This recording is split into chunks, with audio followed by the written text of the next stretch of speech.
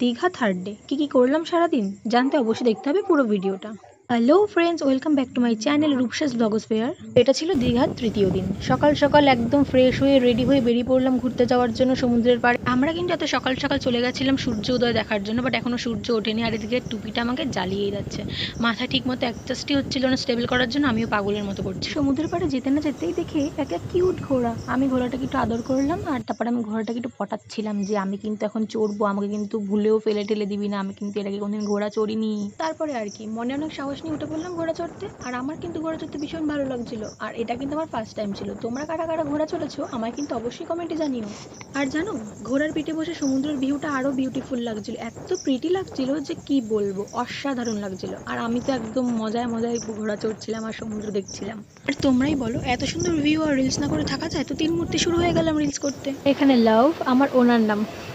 কেসে লাগা মেরা মজাক, মজা করছি গো। আর পর রূপসা। আর আমাদের ঢং করার শেষ নেই, আমি আর মাসি মিলে আবার একটু রিলস করা শুরু করে দিলাম। এত সুন্দর ভিউ আর রিলস না করে থাকা যায় বলো তো? সবাই ফ্রেশ হয়ে রেডি হয়ে নিলাম বাড়ি যাব বলে। তো রেডি হয়ে শুনি আমাদের বাস দুপুর 1টার সময়। তো কে আর বেকার টাইম ওয়েস্ট করে, চলে গেলাম আবার সমুদ্রের সামনে। আমার তো আসতেই ইচ্ছে করছিল না, ওখানে গিয়ে কিছুটা সময় কাটালাম, কিছুটা রিলস করলাম। আর বাসে ওঠার আগে একটু খাওয়া দাওয়া করে নিলাম, কারণ এতটা পথ জার্নি করে আসবো। বন্ধুরা, তোমরা অবশ্যই আমার ভিডিও থাম্বনেলে দেখেছো রোলার কোস্টার চড়েছিলাম, আর এইটাই কিন্তু সেই রোলার কোস্টারটা ছিল। উনি এত স্পিডে গাড়ি চালিয়েছে, যেখানে আমাদের 5.5 ঘন্টার জার্নি, সেখানে উনি আমাদের 4 ঘন্টার মধ্যে জার্নি শেষ করিয়েছে। এত স্পিডে উনি চালিয়েছে। আর একদম গাড়ির সামনে বসেছিলাম, মনে হচ্ছে যেন ডিটো রোলার কোস্টার। বাড়ি ফেরার সময়ের কিছু মুহূর্ত, সবাই টায়ার্ড।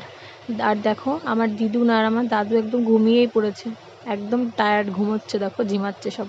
বাট আমার কিন্তু এসব কিছু নেই, আমি কিন্তু ঘুরতে ভীষণ ভালোবাসি। আর আমার মতন তোমরা কারা কারা ঘোরা পাগল পাবলিক আছো আমাকে কিন্তু অবশ্যই কমেন্টে জানাবে। আর এখানকার রোড জার্নিটাও খুব পারফেক্ট ছিল, কারণ এক সাইডের ব্রিজে ট্রেন যাচ্ছে কি সুন্দর, আর এক সাইডের ব্রিজে গাড়ি, আর নিচে গঙ্গা। আর বাস থেকে বসে ভিউটা এত সুন্দর লাগছিল, প্রিটি লাগছিল, আর লুকিং লাইক এ ওয়াও লাগছিল। So beautiful, so elegant, looking like a wow লাগছিল, ওয়াও। তার দু সাইডে গাছের ছায়া থেকে গাড়ি যাচ্ছে, আর সাথে ঝিরিঝিরি বৃষ্টি, অসাম ছিল ওয়েদারটা। Thank you for watching full video, thank you so much. দীঘার তৃতীয় দিন কিন্তু আমাদের এতটাই ছিল। আর ভালো লাগলে অবশ্যই লাইক, কমেন্ট, শেয়ার, সাবস্ক্রাইব করে দেবে। দেখা হচ্ছে অন্য কোনো ভিডিও নিয়ে। ততদিন তোমরা খুব ভালো থেকো, সুস্থ থেকো, আর এভাবেই আমার পাশে থেকো। টাটা গাইস, দেখা হচ্ছে খুব শীঘ্রই নতুন কিছু নিয়ে।